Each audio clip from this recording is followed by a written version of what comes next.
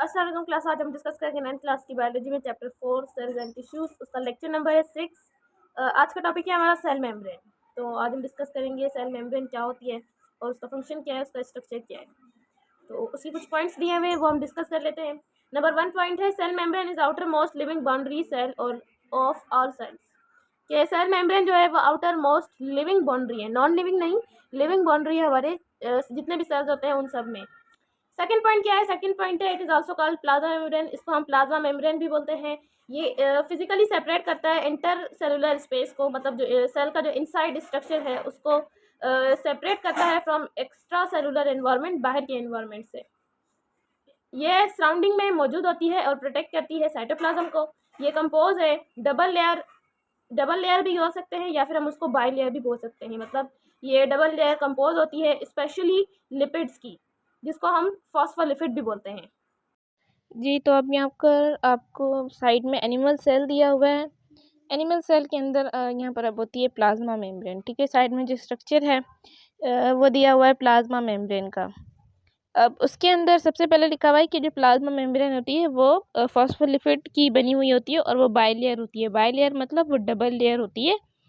Double layer कैसे? पहले जो प्लाज्मा मेम्ब्रेन होता है ना, उसमें सबसे पहले प्रोटीन का हेड होता है, देन फिर लिपिड का उसके पास नीचे टेल होता है। तो ये हो गई एक सिंगल लेयर। और उसके बाद क्या होता है फिर उस टेल के साथ ही एक दूसरी टेल जुड़ी हुई होती है और फिर बाद में वापस हेड आ जाता है।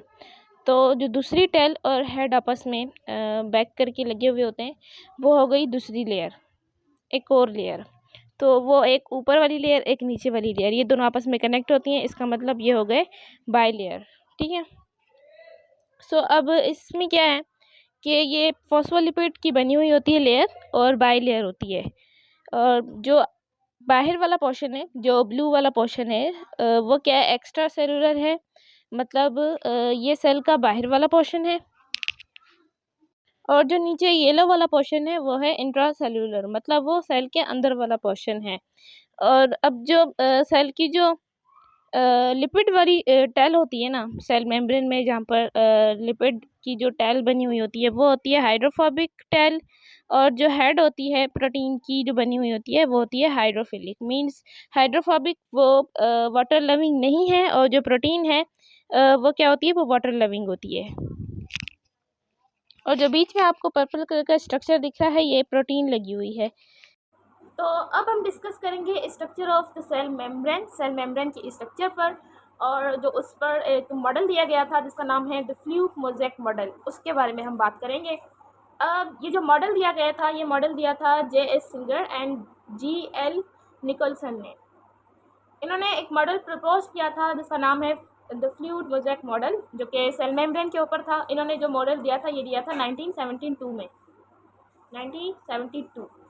अब ये मॉडल क्या करता है? ये मॉडल है, this model describe the structure of cell membrane. ये जो मॉडल है ये डिस्क्राइब करता है, बयान करता है, जाहिर करता है स्ट्रक्चर ऑफ सेल मेम्ब्रेन को एज अ फ्लूइड स्ट्रक्चर। जैसे कि एक फ्लूइड स्ट्रक्चर है विथ वेरियस प्रोटीन, जिसके अंदर बहुत सारे प्रोटीन है एंड कार्बोहाइड्रेट्स कंपोनेंट, और बहुत सारे कार्बोहाइड्रेट्स के कंपोनेंट हैं, फ्लोटिंग फ्रीली, जो कि बिल्कुल फ्रीली फ्लोट कर रहे हैं इन द मेम्ब्रेन के अंदर। फॉर एग्जांपल, इसके बारे में कहा जाता है कि एक जो सेल मेम्ब्रेन है ये एक फ्रीली क्या करते, जैसे कि कहते हैं दरिया के अंदर या पानी के अंदर बर्फ़ के टुकड़े तैर रहे हैं। ठीक है, तो ये उसकी तरह बिल्कुल एग्जांपल दिया हुआ है कि सेल मेम्ब्रेन एक वो दरिया है जिसके अंदर प्रोटीन्स और वेरियस कार्बोहाइड्रेट्स जो होते हैं, उनके जो कंपोनेंट्स होते हैं वो फ्लोट कर रहे होते हैं, फ्रीली फ्लोटिंग में होते हैं। Third point is all the exchanges between the cells. अब जितनी भी एक्सचेंजेस होते हैं ना सेल्स के दरमियान एंड इट्स एनवायरनमेंट, और इसके माहौल के दरमियान, have to pass through the cell membrane. उनको पास होना होता है, गुजरना होता है, कहाँ से? सेल मेम्ब्रेन से। Then point, cell membrane is selectively permeable to ions. अब जो सेल मेम्ब्रेन है वो सिलेक्टिव होती है कि हर चीज़ को आने की इजाज़त नहीं देती अंदर, हर चीज़ अंदर नहीं आ सकती।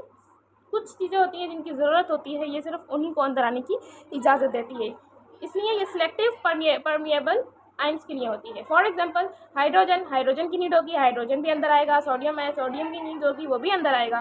स्मॉल मॉलिक्यूल्स की अगर हम बात करें तो ऑक्सीजन है, कार्बन डाइऑक्साइड है, और अगर लार्जर मॉलिक्यूल्स की अगर हम बात करें तो ग्लूकोज है और अमाइनो एसिड्स हैं, ठीक है, ये अंदर आ सकते हैं। And control all the movement of substance, और ये कंट्रोल करता है जितनी भी मूवमेंट होती है ना सब्सटेंस की, in and out of the cell, अंदर हो या तो बाहर हो सेल के, ये सब कुछ कौन कंट्रोल करता है, ये सेल मेम्ब्रेन कंट्रोल करती है। उस दूसरा उसका काम क्या होता है, it performs many important functions, ये परफॉर्म करते हैं बहुत ही important functions within cells, cell के अंदर, सच एज ऑस्मोसिस, ठीक है, ये osmosis, diffusion of nutrition into the cell, processes of injections and secretion. अब ये सारे जो प्रोसेस हैं ये हम नेक्स्ट वीडियो में इंशाल्लाह डिस्कस करेंगे कि ये कुछ प्रोसेसेस हैं जो कि सेल परफॉर्म करता है, ठीक है। इन प्रोसेसेस के बारे में नेक्स्ट वीडियो में डिस्कस करेंगे। आप फिलहाल ये याद रखें कि प्रोसेस कौन कौन से होते हैं, एक ऑस्मोसिस होता है, डिफ्यूजन होता है, nutrition into the cell, process of injection and secretion, ये होते हैं, ठीक है। अब बात करना है थोड़ी सी स्ट्रक्चर की, थोड़े से ओवरव्यू की, थोड़ा समझ लेते हैं कि आखिर इसका स्ट्रक्चर होता किस तरह से, और ये सेल मेम्ब्रेन आखिर फंक्शन किस तरह से करता है, आखिर काम क्या होता है, ठीक है। अब क्या होता है कि सेल मेम्ब्रेन में डबल लेयर है, हमने ऊपर ही पढ़ा था कि जो सेल मेम्ब्रेन है वो डबल लेयर है। डबल लेयर इट्स मीन ये प्रोटीन होती है, ये उसकी टेल होती है, ठीक है, फिर ये इसकी टेल आपस में जुड़ी होती है, ये फिर इसका हेड होता है, देन ये इसका हेड है, देन ये इसका टेल है, फिर इसकी टेल है, फिर ये इसकी हेड है, फिर ये हेड है, फिर ये टेल है, फिर ये टेल है, फिर ये हेड है।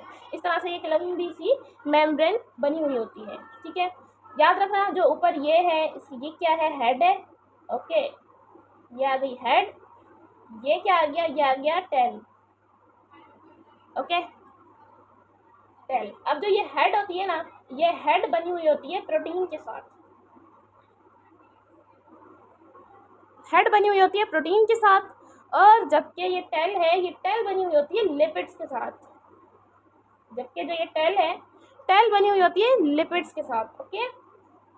अब क्या है, जो ये प्रोटीन है ना ऊपर, जो प्रोटीन होती है, प्रोटीन क्या है, ये होती है हाइड्रोफिलिक, मतलब वाटर लविंग होती है। ये प्रोटीन जो होती है ये हाइड्रोफिलिक होती है, इट्स मीन ये वाटर लविंग है, और जबकि लिपिड होती है ये होती है हाइड्रोफोबिक।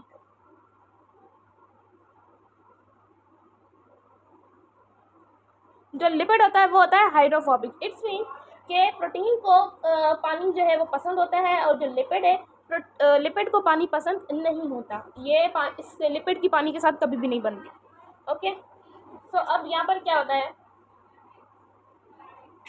इसी वजह से सेल के अब अंदर भी पानी है। फॉर एग्जांपल यहाँ से अगर मैं एक सेल बना दूँ, ठीक है, ये आ गया सेल का अंदर पोर्शन और ये आ गया सेल का बाहर पोर्शन, ठीक है, ये है हमारी मेम्ब्रेन, तो ये मेम्ब्रेन है। अब यहाँ पर वाटर होगा, ठीक है, वो यहाँ पर भी वाटर है, इससे अटैच हो सकता है, ठीक है, यहाँ से आ सकता है, वो क्यों, क्योंकि ये जो प्रोटीन है ये वाटर लविंग है, और यहाँ से भी वाटर होगा, वो इसलिए होगा क्योंकि अंदर भी तो वाटर होता है, और ये प्रोटीन लगा है, इट्स मीन ये वाटर लविंग है, ठीक है।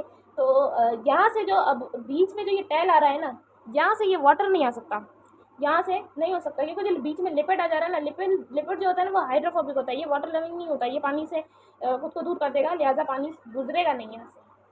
अब इसके जो मूवमेंट है कि पानी गुजरता कैसे है, फिर आता कैसे है, क्या होता है क्या नहीं होता, ये हम आगे मूवमेंट में बात करेंगे, ठीक है, उधर डिस्कस करेंगे। अभी फ़िलहाल आप स्ट्रक्चर समझ लें कि ये मेम्ब्रेन की स्ट्रक्चर होती किस तरह से, ठीक है। कुछ अब यहाँ पर प्रोटीन्स लगे हुए होते हैं, ठीक है, मेम्ब्रेन के अंदर बहुत सारे भी और छोटे छोटे भी प्रोटीन्स लगे हुए होते हैं, जैसे कि ये प्रोटीन है बहुत बड़ा, ठीक है।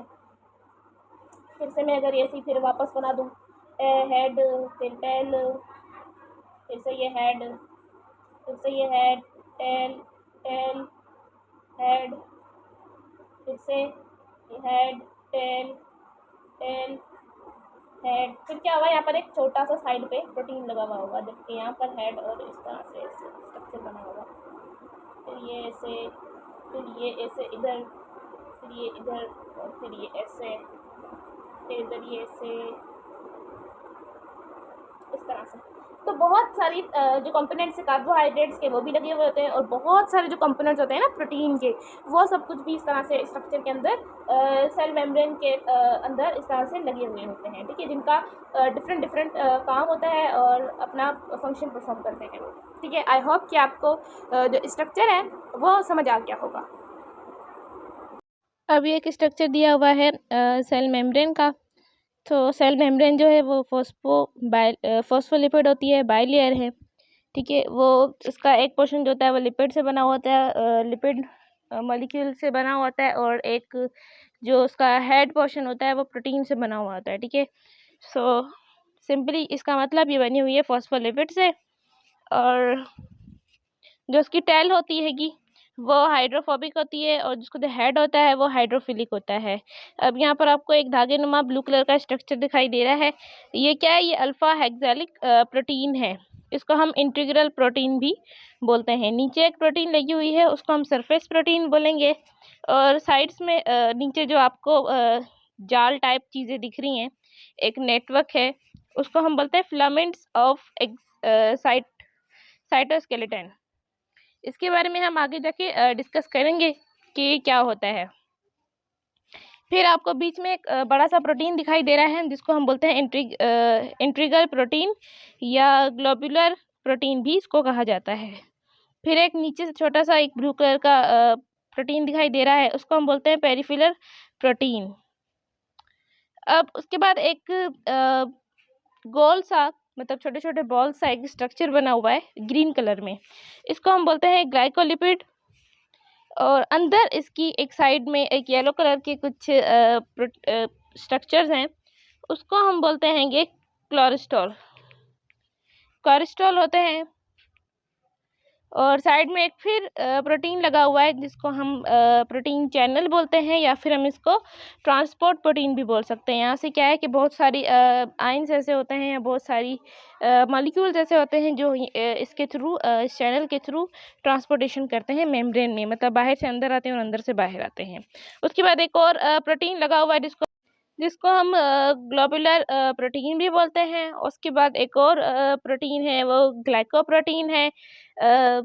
उसके बाद क्या है, साइड में एक और प्रोटीन के ऊपर एक सर्कल बॉल सा एक और स्ट्रक्चर है, उसको हम कार्बोहाइड्रेट्स बोलते हैं। इसमें अब सिंपल इस स्ट्रक्चर में क्या था, इसमें यह है कि जैसे कि उन्होंने कहा कि जिस तरह से दरिया में, समंदर में या पानी में जिस तरह से बर्फ़ के टुकड़े तैरते हैं, सेल मेम्ब्रेन के स्ट्रक्चर में क्या है कि सेल मेम्ब्रेन भी एक किस्म का एक दरिया है, जिसके अंदर प्रोटीन और कार्बोहाइड्रेट्स के कुछ स्ट्रक्चर्स हैं, जो कि वो भी फ्रीली फ्लोटिंग कर रहे होते हैं। वो भी ऐसे लगता है जैसे पानी दरिया मेम्ब्रेन के अंदर तैर रहे हों।